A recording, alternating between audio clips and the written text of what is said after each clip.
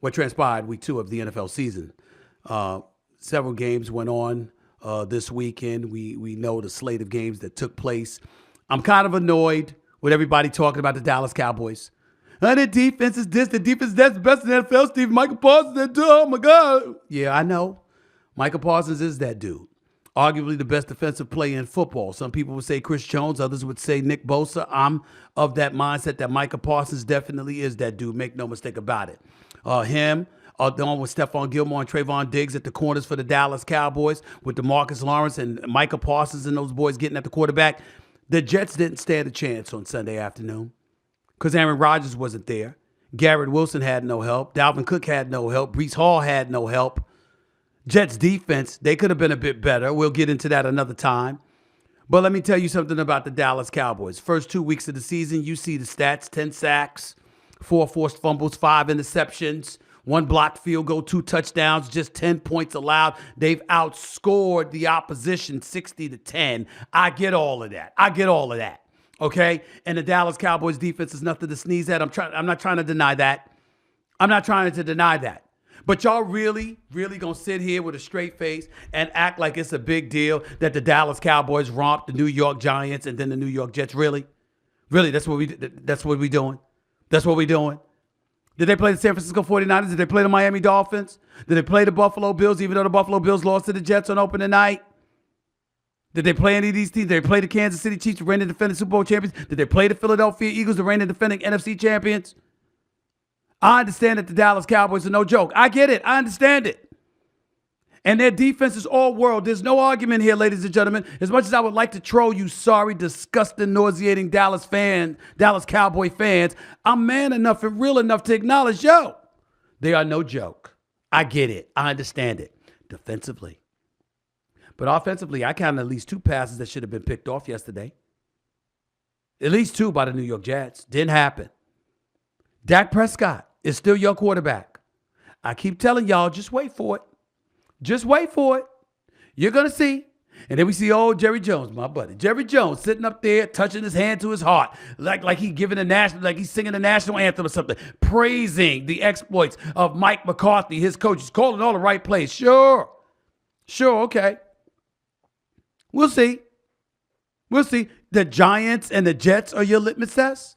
Really? Good luck with that, because let me tell you something. The San Francisco 49ers is the best team in football. They ran-routed the Steelers opening weekend on the road. Then they beat the Los Angeles Rams, led by Matthew Stafford, on the road yesterday afternoon. Their defense is a top 3 defense. Bosa's back on the crew with them. Deebo Samuel's on offense. George Kittle is on offense. Ayuk is on offense. Okay? I'm just looking at them. I'm looking with Christian McCaffrey, leading rush in the NFL.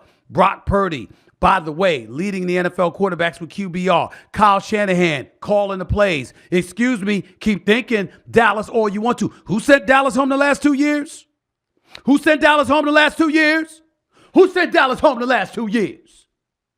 would be the San Francisco 49ers. It's going to happen again. Just be patient. By the way,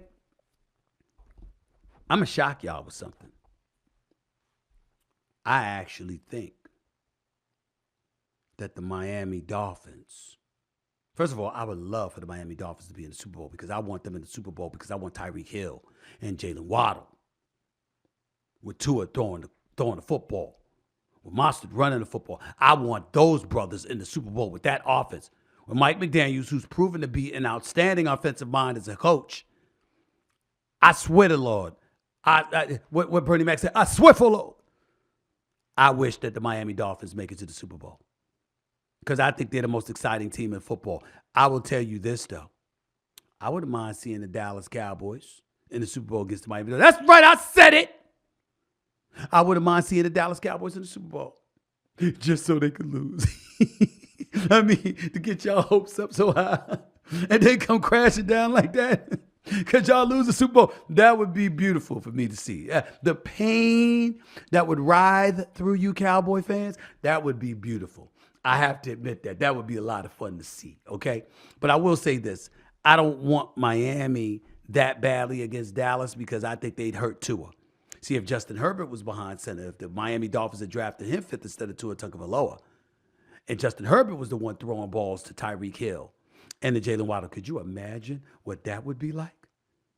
Now, Bond, you keep in mind, Los Angeles Chargers right now, first team in NFL history, scored over 50 points in the first 2 games without a single turnover, by the way. Okay? When you see these brothers doing what they do and they still 0-2, that's about Brandon Staley and the fact that he don't need to be the head coach of that squad no more. That's what that's about. But we'll talk about that a different day. Maybe not Dallas against Tua Tagovailoa. What about San Francisco? I might like that. Just a thought that I throw out there. That's the storyline that I walked away thinking about over the NFL weekend. Monday Night Football game coming up, Steelers against the Browns. I'm picking the Steelers to win, but that's just emotion. That's not football talking because the Cleveland Browns look like a better team than the Pittsburgh Steelers right now. Kenny Pickett don't seem like that dude yet, and Deontay Johnson's not going to play.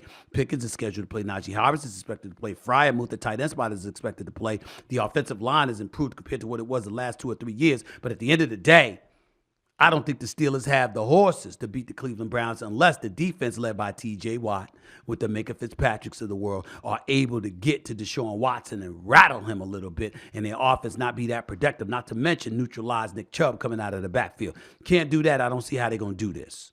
That's just me.